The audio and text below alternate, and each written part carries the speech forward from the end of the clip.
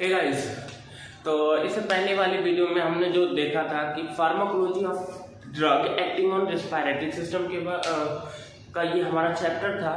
और इसमें सबसे पहले हमने देखा था रेस्पिरेटरी सिस्टम क्या होता है, उसके रूट क्या है, वो सारी चीज़ें हमने अच्छे से पढ़ा था।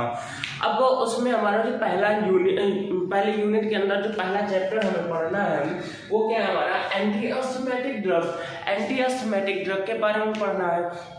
अब एंटी अस्थमेटिक ड्रग क्या होता है? एंटी अस्थमेटिक ड्रग ये होता है कि these are those drugs which are used in the treatment of asthma, यानी अस्थमा को ट्रीट करने के लिए, अस्थमा प्रॉब्लम को ठीक करने के लिए जो ड्रग्स का यूज किया जाता है उसी को हम क्या कहते हैं, एंटी अस्थमेटिक ड्रग। अब उससे पहले हम ये देखते हैं जो ये अस्थमा क्या होता है। अब ये जो अस्थमा जो प्रॉब्लम है उसी को हम क्या कहते हैं, ब्रोंकियल अस्थमा। ब्रोंकियल अस्थमा क्यों कहते हैं? क्योंकि जो हमारा ये अस्थमा प्रॉब्लम है ये कहाँ होता है, हमारा ब्रोंकाई, जो हमारा यहाँ पे ट्रैकिया के बाद ही क्या था, जो दो पार्ट में डिवाइड हुआ था, जो लंग्स के अंदर गया था, वो हमारा होता है ब्रोंकाई। जैसे ये देखिए, ये है हमारा ट्रैकिया, और ट्रैकिया के बाद ये दो पार्ट में डिवाइड हुआ, यही है हमारा ब्रोंकाई। और यहीं पर हमारा क्या होता है, ये इसी पार्ट में हमारा ब्रोंकियल अस्थमा कॉज होता है, इसीलिए इसे क्या कहा गया, ब्रोंकियल अस्थमा। अब ये अस्थमा क्या है? अस्थमा एक ऐसी कंडीशन है, एक ऐसा क्रोनिक डिसीज है जिसमें क्या होता है, इन्फ्लामेशन कॉज होता है। इन्फ्लामेशन होने की वजह से हमारे ब्रोंकाई में क्या होता है, नैरो हो जाता है हमारा ब्रोंकाई, और वहाँ पे स्वेलनेस यानी नैरो मतलब तंग हो जाना, छोटा हो जाना, सिकुड़ जाना, और यहाँ पे स्वेल मतलब वहाँ पे सूजन आ जाती है, फूल जाता है, जिसकी वजह से क्या होता है, सांस लेने में प्रॉब्लम होती है। और वहाँ पर जब ये सिकुड़ जाता है, नैरो हो जाता है, तो क्या वहाँ पे हमारा जो ब्रोंकाई होता है वहाँ पे हमारा एक म्यूकस पदार्थ होता है, म्यूकस मटेरियल होता है। क्यों? अब जैसे मान लीजिए हम कुछ भी खा रहे हैं या हवा ले रहे हैं, खा रहे हैं, अब अगर यहाँ पे हमारा म्यूकस पदार्थ नहीं होगा तो खाएंगे तो ये जाहिर से पता कुछ ना कुछ यहाँ पे इरिटेशन कॉज करेगा। तो ये जो हमारा म्यूकस पदार्थ होता है वो क्या करता है, किसी भी चीज को अंदर ले जाने में हेल्प करता है, ठीक है। तो इसीलिए यहाँ म्यूकस मटेरियल प्रेजेंट होता है। लेकिन यहाँ पे क्या होता है, जब ये इन्फ्लेमेशन कॉज होता है तो ये जो हमारा इसमें क्या होता है, एक्स्ट्रा म्यूकस निकलने लगता है। अब एक्स्ट्रा म्यूकस निकलेगा तो वहाँ पे जब नैरो हो गया, स्वेल हो गया, उसके बाद जब एक्स्ट्रा म्यूकस भी हो जाएगा तो क्या होगा, एयर, सांस लेने में प्रॉब्लम होगी। अब जब सांस लेने में प्रॉब्लम होगी तो क्या होगा, हमारे अंदर ऑक्सीजन नहीं जा पाएगा। अब ऑक्सीजन नहीं जा पाएगा तो क्या होगा, उसकी वजह से सारे बॉडी के सेल क्या होंगे, डेथ करने लगेंगे, मरने लगेंगे, जिसकी वजह से क्या होता है, जो पेशेंट होता है उसकी डेथ भी हो जाती है, और उसी कंडीशन को क्या कहते हैं, अस्थमा, ठीक है। अब यहाँ पे देखिए नॉर्मल ब्रोंकाई का टीएस है ये, और ये अस्थमा ब्रोंकाई का टीएस है। यानी नॉर्मल पेशेंट में ये हमारा जो ब्रोंकाई होता है वो कैसा दिखता है, और अस्थमा पेशेंट के अंदर कैसा दिखता है। देखिए नॉर्मल में ये हमारा ये क्या है, ये साइड, ये पूरे मसल्स है, और ये क्या होता है, ये जो नॉर्मल पेशेंट के अंदर ये क्या होता है, रिलैक्सेशन फॉर्म में होता है, रिलैक्स होता है। तो इसमें जगह काफी होती है, जिसकी वजह से हम जो हवा जाता है ना, ऑक्सीजन जाता है, वो अच्छे तरह से अंदर चले जाता है। अब यहाँ से अंदर चला जाएगा, ब्रोंकाई के बाद ब्रोंक्यूल्स में जाता है, उसके बाद अल्वेओलाई में जाता है, उसके बाद ब्लड कैपिलरी में, सेल में, वो सब सारा अलग प्रोसीजर है। तो ये हमारा जो नॉर्मल पेशेंट में क्या होगा, रिलैक्स फॉर्म में होगा, और ये यहाँ पे अच्छी खासी जगह होगी, जिसकी वजह से सांस लेने में कोई दिक्कत नहीं होती है, कोई प्रॉब्लम नहीं होती है। लेकिन यहाँ पे जो अस्थमा पेशेंट होता है, अस्थमा पेशेंट में देखिए ये वाला जो है, ये वाला तो अब अच्छा खासा जगह है, लेकिन यहाँ पर देखिए ये क्या हो गया, ये छोटा हो गया, सिकुड़ गया। अब यहाँ पे इन्फ्लेमेशन की वजह से क्या हुआ, नैरो हो गया। नैरो होने के बाद क्या हुआ, स्वेल, यहाँ पे क्या स्वेलिंग भी आ गई हल्की, यहाँ पे स्वेलिंग भी आ जाती है, और यहाँ पे हमारा क्या होगा, यहाँ पे हमारा थोड़ा म्यूकस मटेरियल, म्यूकस जो होगा वो वहाँ पे जमा होगा, जिसकी वजह से क्या होगा, अस्थमा की प्रॉब्लम कॉज होती है। अब ये अस्थमा एक देखा जाए तो बहुत बड़ी प्रॉब्लम है, क्योंकि आदमी जब सांस ही नहीं ले पाएगा तो उसकी जिंदगी खत्म। तो ये अस्थमा बहुत बड़ी प्रॉब्लम है। और इसके बाद हम इस चैप्टर में हम पूरे देखेंगे कि एंटी अस्थमेटिक ड्रग क्या है, अस्थमा क्या है, उसका क्लासिफिकेशन क्या है, मोड ऑफ एक्शन क्या है, मैकेनिज्म ऑफ एक्शन क्या है, उसका ट्रीटमेंट क्या है, ये सारी चीजें हम इस वीडियो में अच्छे तरीके से आज पढ़ेंगे।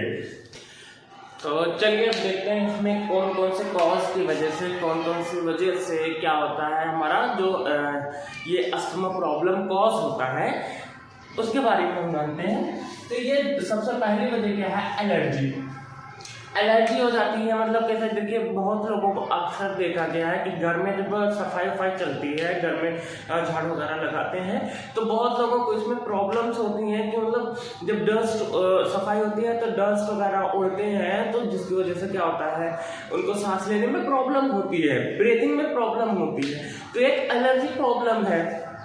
उसके बाद है स्मोक।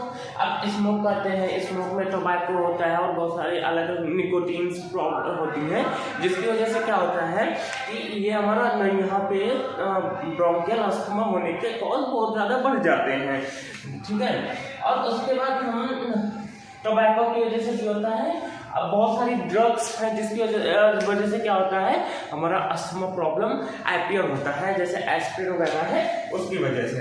रिस्पायरेटरी इन्फेक्शन जैसे हमने ये एलर्जी बताया था, वैसे ही रिस्पायरेटरी इन्फेक्शन होता है। उसके बाद स्ट्रॉन्ग इमोशनल एक्सप्रेशन। अब स्ट्रॉन्ग इमोशनल एक्सप्रेशन से कैसे अस्थमा कॉज होता है, क्योंकि देखिए किसी के ऊपर इमोशनल अत्याचार होता है या इमोशनल ज़्यादा स्ट्रॉन्ग इमोशन कर देते हैं, किसी को इमोशनल कर देते हैं, तो वह उसकी जो ब्लड प्रेशर भी बढ़ने लगती है। और यहाँ पे जो हमारा जो इन्फ्लामेशन की वजह से जो क्या हुआ था, स्वेलिंग हुई थी और म्यूकस पदार्थ वहाँ पे जमा हुआ था, उसकी वजह से क्या होगा कि हमारा सांस लेने में हमें बहुत सारी प्रॉब्लम्स होगी। उसके बाद ये क्या है, जेनेटिक डिसऑर्डर भी है। जेनेटिक डिसऑर्डर मतलब जैसे हमारे पूर्वजों में या दादा दादी को या उनके परदादा को ये प्रॉब्लम्स थी या किसी को प्रॉब्लम्स थी, तो उनके वजह से हमें ये इनहेरिडिटी में मिली है, जेनेटिक्स डिसऑर्डर में मिली है, जेनेटिक में मिली है। उसके बाद क्या होता है, एक्सरसाइज। अब एक्सरसाइज में भी यही है, जैसे हमने देखा स्ट्रॉन्ग इमोशनल एक्सप्रेशन, वैसे एक्सरसाइज, हम ज़्यादा एक्सरसाइज करेंगे तो हमारी बॉडी को ज़्यादा ऑक्सीजन की ज़रूरत होगी। अब ज़्यादा ऑक्सीजन की ज़रूरत होगी, लेकिन हमारा इन्फ्लेमेशन की वजह से क्या हुआ था कि स्वेलिंग और नैरोनेस हो गया था ब्रोंकियल में, जिसकी वजह से क्या होगा, एक्सरसाइज में ज़्यादा हमें प्रोवाइड नहीं हो पाएगा, जिसकी वजह से भी प्रॉब्लम्स कॉज होगी। बहुत स्ट्रेस की वजह से भी ये कॉज होता है, स्ट्रेस और पॉल्यूशन मतलब जैसे वही डस्ट वगैरह प्रॉब्लम होती है, एयर पॉल्यूशन होता है, तो उसमें हम अलग अलग गैसेस लेते हैं या ऑक्सीजन इनहेल करते हैं, तो उससे भी बहुत सारी प्रॉब्लम्स कॉज होती हैं, ठीक है। अब चलिए देखते हैं कि इसको पहचानने का तरीका क्या है कि हमें भाई अस्थमा हो गया है। अब अस्थमा कैसे पहचानेंगे, सिम्टम्स, यानी इसी को कहते हैं सिम्टम्स, यानी पहचानने का तरीका कैसे पहचाने, तो ये हमारा चेस्ट पेन और टाइटनेस। चेस्ट पेन होगा, हमें जब ऑक्सीजन अच्छे से नहीं मिलेगा, ऑक्सीजन नहीं मिलेगा तो पंपिंग में भी प्रॉब्लम होगी, ब्लड पंपिंग में भी प्रॉब्लम होती है और बहुत सारी प्रॉब्लम होती है, तो जिसकी वजह से क्या कॉज होगा, चेस्ट पेन होगा या टाइटनेस आ जाएगी, मतलब यहाँ हल्का घबराहट भी होने लगेगा। और क्या है, कफ, वहाँ कफ जमा होगा, म्यूकस पदार्थ मैंने बताया था वहाँ, उसी वजह से कफ भी होगा। वीजिंग क्या होता है, विशल ड्यूरिंग रिस्पायरेशन, यानी सुनाई देगी कैसी विशल ऐसी आवाज आएगी जब सांस लेने में प्रॉब्लम होगी, मतलब जब अस्थमा हो जाएगा तब, तो ये व्हीजिंग भी होगा। उसके बाद क्या होगा, फास्ट हार्ट रेट, जब ऑक्सीजन नहीं मिल पा रहा है तो ब्लड पंपिंग नहीं हो पा रही है अच्छे से, ब्लड पंपिंग नहीं हो पा रही है तो फिल्ट्रेशन भी नहीं हो पाएगा अच्छे से, और हमें ज़्यादा से ज़्यादा क्या होता है, ज़रूरत होती है ऑक्सीजन की, और CO2 का एक्सचेंज नहीं हो पाता है, तो जिसकी वजह से क्या होगा, फास्ट हार्ट रेट होगा। और क्या है, शॉर्टनेस ऑफ ब्रीथ। ऑब्वियसली ये छोटे से बच्चे को भी पता होना चाहिए कि जब हमें अस्थमा प्रॉब्लम होगी तो जब हमारा ब्रोंकिया ही डगमगा गया है, खराब हो गया है, मतलब काम नहीं कर रहा है अच्छे से, तो भाई शॉर्टनेस ऑफ ब्रेथ यानी सांस तो बहुत कम रहेगी ना, हमारी छोटी हो जाएगी सांस, तो ये शॉर्टनेस ऑफ ब्रेथ होती है। तो इसके बाद चलिए हम जानते हैं कि टाइप ऑफ अस्थमा यानी कितने टाइप के अस्थमा होते हैं उसके बारे में जानते हैं। तो सबसे पहला है जो हमारा एलर्जिक अस्थमा, दूसरा non allergic asthma. Allergic asthma जो है यही सबसे ज़्यादा प्रॉब्लम अस्थमा पाई जाती है लोगों में, मेजॉरिटी में, ठीक है। ये जो है डस्ट यानी धूल वगैरह से भी होते हैं, जो पेट वगैरह घर में पाल लेते हैं, पालतू जानवर होते हैं, कैट वगैरह से भी ये उससे भी प्रॉब्लम होती है, पॉलन से होती है। नॉन एलर्जिक जो है वो क्या है, जैसे एक्सरसाइज करते हैं तो मैंने इससे पहले जैसे बताया था कि कॉजेस क्यों होता है एक्सरसाइज की वजह से, स्ट्रेस की वजह से, क्यों इलनेस की वजह से, और ये क्या है वेदर यानी मौसम की वजह से भी होता है, ठीक है। उसके बाद है अडल्ट ऑनसेट। अडल्ट मतलब तो हम जानते हैं कि अडल्ट मतलब क्या आता है, ओवर 18 यानी हम 18 साल के ऊपर के हैं, तो यानी आफ्टर एज ऑफ 18 18 साल के बाद जो होते हैं, एक बच्चा होता है वो जो 18 साल के बाद बड़ा हो जाता है 18 साल से, तब उसको ये प्रॉब्लम्स आती हैं, अडल्ट ऑनसेट अस्थमा, ठीक है। उसके बाद है ऑक्यूपेशनल अस्थमा, जैसे वो कोई आदमी है जो काम कर रहा है कहाँ, इरिटेशनल सब्सटेंस के पास, जैसे केमिकल इंडस्ट्री में काम कर रहा हो या रेडिएशन वगैरह में काम कर रहा हो, तो उसको भी ये प्रॉब्लम्स कॉज होती हैं, ठीक है। उसके बाद है पैडियाट्रिक अस्थमा। अब हम ये तो जानते हैं कि पैडियाट्रिक मतलब क्या होता है। पैडियाट्रिक मतलब इन्फेंट मतलब छोटे छोटे बच्चे जो होते हैं, इसीलिए इसको क्या कहते हैं, चाइल्डहुड अस्थमा भी कहा जाता है, चाइल्डहुड अस्थमा भी कहा जाता है, ठीक है। और ये क्या है, ये मतलब छोटे बच्चों में होता है, और एक्सरसाइज इंड्यूस्ड ब्रोंकियोकंस्ट्रिक्शन EIB, इसमें क्या होता है कि जब हम एक्सरसाइज करते हैं ओवर एक्सरसाइज हो जाती है, ज़्यादा एक्सरसाइज कर देते हैं, तब ये प्रॉब्लम कॉज होती है। इसमें क्या होता है, ब्रोंकोकंस्ट्रिक्शन, ब्रोंकाई जो होता है हमारा, ब्रोंकाई में कंस्ट्रिक्शन, देखिए दो फॉर्म होता है, एक रिलैक्सेशन होता है, कंस्ट्रिक्शन होता है। रिलैक्स में मतलब क्या होगा, वाइडनेस होगी, चौड़ाई होगी, मतलब जगह होगा, लेकिन जब कंस्ट्रक्ट होता है कोई चीज तो वो छोटा हो जाता है, सिकुड़ जाता है, ठीक है। उसके बाद हमारा अस्थमा COPD ओवरलैप सिंड्रोम, यहाँ पे हमारा COPD यानी अस्थमा तो होता ही है, प्लस COPD ये भी एक रिस्पायरेटरी डिसीज है, जो जब दोनों होगा तब इसे कहते हैं अस्थमा COPD ओवरलैप सिंड्रोम। तो आई होप कि आपको टाइप ऑफ अस्थमा समझ में आ गया होगा।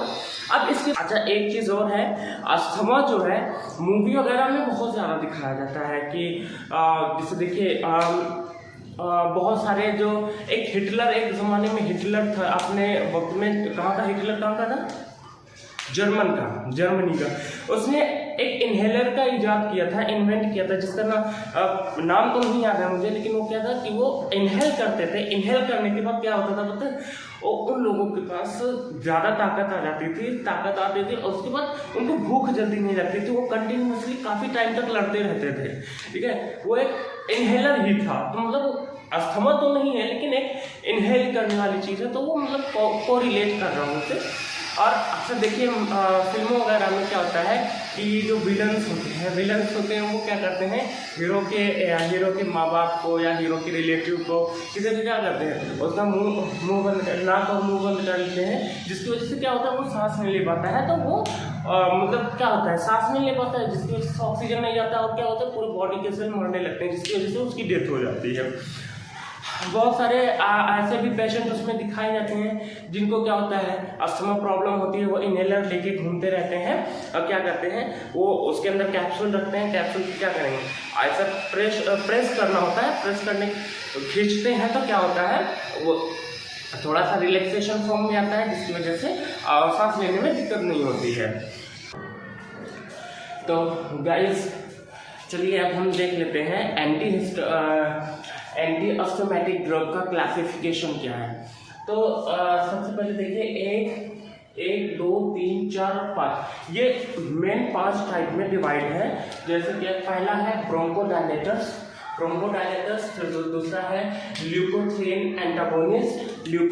एंटागोनिस्ट, तीसरा है मास्ट सेल स्टेबलाइजर, चौथा है कॉर्टिकोस्टेरॉइड्स एंड लास्ट वन है एंटी IgE एंटीबॉडी। ठीक है, अब तो चलिए एक एक के बारे में थोड़ा सा पढ़ लेते हैं, कौन से में कौन सा ड्रग आता है।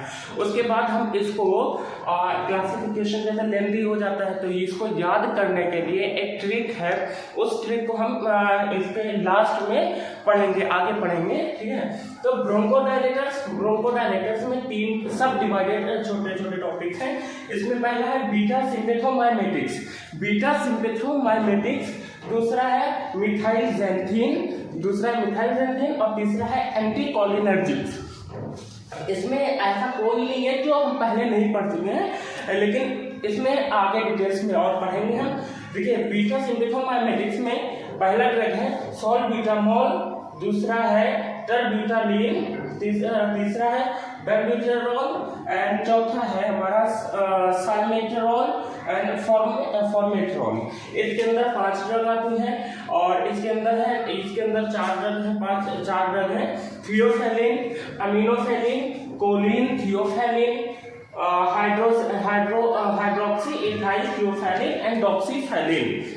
ठीक है, अब इसमें लास्ट वन है एंटीकोलिनर्जिक में है इप्राट्रोपियम और ये लास्ट है टायोट्रोपियम। ठीक है, अब इसके बाद हमारा ल्यूकोट्रिन एंटागोनिस्ट में 2 ड्रग आती हैं। ये है मोन्टिलोकास्ट हम देखे हैं, ये जो मोन्टार एलसी के साथ में आती है ना, कॉम्बिनेशन में मोन्टिलोकास्ट लियोसेट्राजिन होता है उसमें। ठीक है, ये है ज़ाफिरोकास्ट और इसमें है मास्ट। ये जो हमारा तीसरे टाइप है ये मास्ट सेल स्टेबलाइजर, इसमें सोडियम क्रोमोग्लाइकेट है और ये है एक कीटोटिफेन। और हमारा जो है कॉर्टिकोस्टेरॉइड चौथी क्लास की जो ड्रग है, इसमें हमारा क्या है, कॉर्टिकोस्टेरॉइड में एक सिस्टेमिक होता है, ये सिस्टेमिक हो गया और ये हमारा है इनहेलेशनल। ठीक है, अब इसमें हमारे 3 ड्रग है हाइड्रोकॉर्टिसोन, दूसरा है प्रेडनिसोलोन और हमारा अदर कॉर्टिकोस्टेरॉइड आता है। ठीक है, कॉर्टिकोकॉइड्स आता है। और इसमें इनहेलेशनल में देखेंगे तो हमारा है बेडोमिथाजोन डाइप्रोपियोनेट, उसके बाद है ब्यूटासोलाइड है और तीसरा है हमारा फ्लूटिकाफोन प्रोपियोनेट और चौथा है हमारा फ्लूनिसोलाइड और साइक्लोसोलाइड। ठीक है, इसमें इतनी ड्रग आती हैं और लास्ट वन में है एंटी IgE एंटीबॉडी में जो आता है ओमालीजुमाब आती है, इतनी ड्रग है। अब इसको याद देखिए, ये थोड़ा सा लेंदी हो जाता है और लेंदी होने के बाद थोड़ा सा डिफिकल्ट पड़ता है, तो इसको आगे हम इसी वीडियो में आगे हम देखेंगे कि इसको कैसे हम ट्रिक से याद कर सकते हैं। ठीक है, तो चलिए इसके बाद हम सिस्टमिक एक एक करके bronchodilator, leukotriene antagonist, mast cell stabiliser और कॉर्टिकोस्टेरॉइड और एंटी IgE एंटीबॉडी के बारे में डिटेल से एक के बारे में हम पढ़ेंगे, एक डिटेल से कि मतलब कैसे इसको याद रखना है। ठीक है, तो चलिए अब एंटीएस्थमेटिक ड्रग का क्लासिफिकेशन तो हमने देख लिया, लेकिन अब उसको याद करने का जो ट्रिक है तो उसको हम स्टेप बाय स्टेप एक एक करके हम उसको देखेंगे। तो उसमें हमारा है पहला जो क्लासिफिकेशन है वो ब्रोंकोडायलेटर है। ब्रोंकोडायलेटर में तीन टाइप है। ब्रोंको मतलब ब्रोंकिया और डायलेट मतलब डायलेट करना मतलब फैलाना। फुलाना, ठीक है। तो ये बीटा, इसके अंदर पहला जो ड्रग क्लासिफिकेशन आता है ब्रोंकोडायलेटर के अंदर वो है बीटा टू सिम्पैथोमाइमेटिक। मतलब ये ऐसे ड्रग होते हैं जो क्या करते हैं, बीटा टू रिसेप्टर पे जाके अपना काम करते हैं, ठीक है। उसके अंदर हमारे इतने ड्रग हैं और इसको याद करने का जो तरीका है क्या है, देखिए, ज्यादा गला मत फुला बेटा तो समझ जा, सलमान फले तेरे को बॉम्ब से फोड़ दूंगा, ठीक है। ये एक मतलब ट्रिक है याद करने का।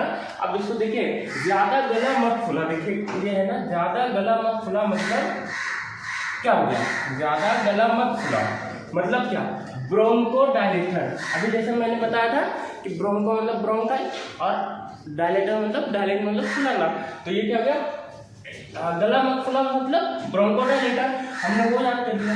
उसके बाद बेटा तो समझ जा, बेटा तो समझ जा मतलब क्या होता है, बीटा टू, इससे बेटा तो समझ जा मतलब इसे याद रखेंगे हम, बीटा टू सिम्पैथोमाइमेटिक, ठीक है। अब उसके बाद इसके अंदर जो ड्रग आते हैं उसको, ये पहला क्या था हमारा, समझ जाओगे, अभी है सलमान, साले तेरे को बॉम्ब से फोड़ दूंगा। तो ये सलमान फोड़ क्या होता है, साल भी याद रखेंगे, सलमान से याद रखेंगे सल्मेटेरॉल, सलमान से सल्मेटेरॉल। उसके बाद क्या है, ले इसे क्या याद रखेंगे, साल्ब्यूटामॉल, क्या रखेंगे, साल्ब्यूटामॉल। और तेरे को जो है इसे क्या रखेंगे, टर्ब्यूटालिन, इसे क्या रखेंगे, टर्ब्यूटालिन। और बॉम्ब से क्या याद रखेंगे, बॉम्ब से हमारा आएगा बॉम्बे ट्यूरॉल, ठीक है। और लास्ट में मैं फोड़ दूंगा से क्या आएगा, फॉर्मोटेरॉल। अब ये देखिए थोड़ा सा ट्रिकी है, तो आपको ड्रग्स का ध्यान रखना पड़ेगा और ये ट्रिक से आप याद कर सकते हैं, ठीक है। इसके बाद हमारा आता है मिथाइल ज़ैंथिन को कैसे याद करना है उसका भी ट्रिक अभी बताऊंगा। ब्रोंकोडायलेटर के अंदर दूसरी जो कैटेगरी की ड्रग है वो मिथाइल ज़ैंथिन है, ठीक है। अब मिथाइल ज़ैंथिन में जो ड्रग आती है उसको किस ट्रिक से याद रखना है, तो देखिए इसमें क्या है, जो ट्रिक है, मिठाई अम्मी ने थैली से हाथ डाल के निकाल कर डॉग को दे दी और कोलीन थैली में रख दिया, ठीक है। अब देखिए यहाँ से जो है ना, हम देखेंगे कैसे इसको याद रखें। देखिए मिठाई से क्या है, मिठाई, ठीक है, अम्मी, ठीक है, थैली, ठीक है, हाथ डालकर निकालकर डॉग और कोलीन थैली में रख दिया। ये कोलीन जो है ये हमारे घर में टाइल्स वगैरह साफ करने के लिए यूज किया जाता है, ठीक है। तो देखिए अब इसको याद करेंगे मिठाई से, हम क्या याद करेंगे, मिथाइल ज़ैंथिन, ठीक है। मिठाई अम्मी ने, मिठाई से क्या रखेंगे, मिथाइल ज़ैंथिन, ठीक है, मिठाई से मिथाइल ज़ैंथिन, ठीक। उसके बाद अम्मी से क्या याद रखेंगे, अम्मी से अमीनोफैलिन, ठीक है, अमीनोफैलिन हो गया, ठीक। उसके बाद हम अम्मी ने थैली से मतलब थियोफैलिन, ठीक है। क्या है, हाथ डाल के क्या हुआ, हाथ मतलब हाइड्रोक्सी इथाइल डालकर हाइड्रोक्सी इथाइल थियोफैलिन, ठीक है। और इसके बाद डॉग से क्या रखेंगे, डॉक्सोफैलिन।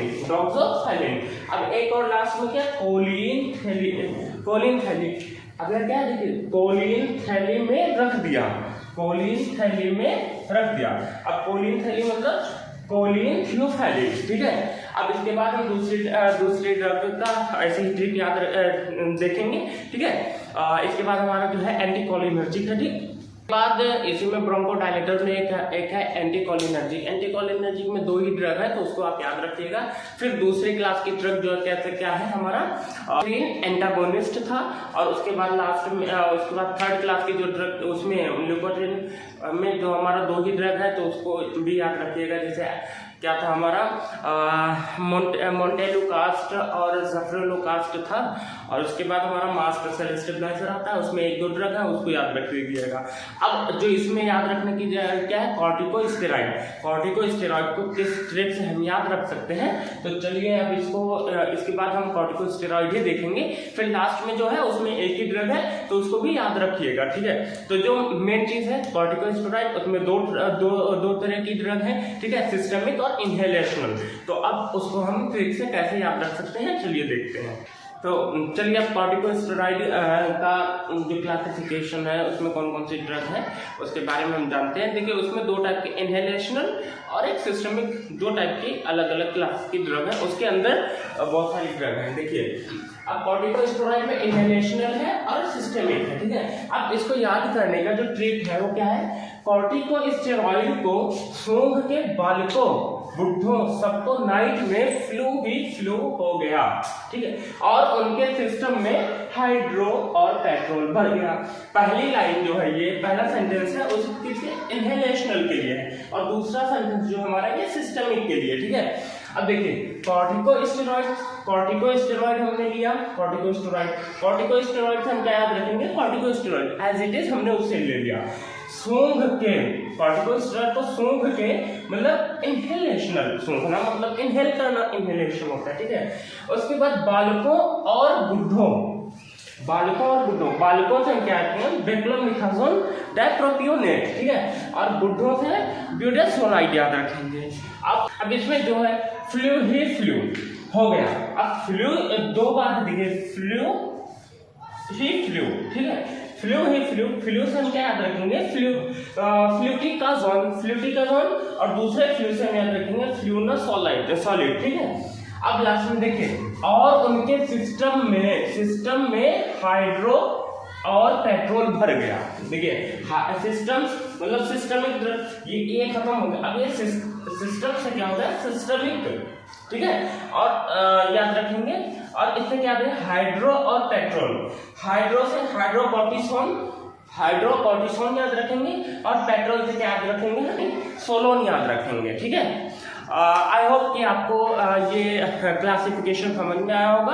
मैं उम्मीद करता हूँ कि और बेहतर तरीके से वीडियो बना सकूँ, और आप लोगों को उम्मीद करता हूँ कि आप लोगों को ये वीडियो पसंद आई हो, और अगर पसंद आई हो तो कमेंट करके बताएं, और अगर किस तरह की वीडियो देखना चाहते हैं आप कमेंट करके बता सकते हैं, ठीक है। Thank you so much guys.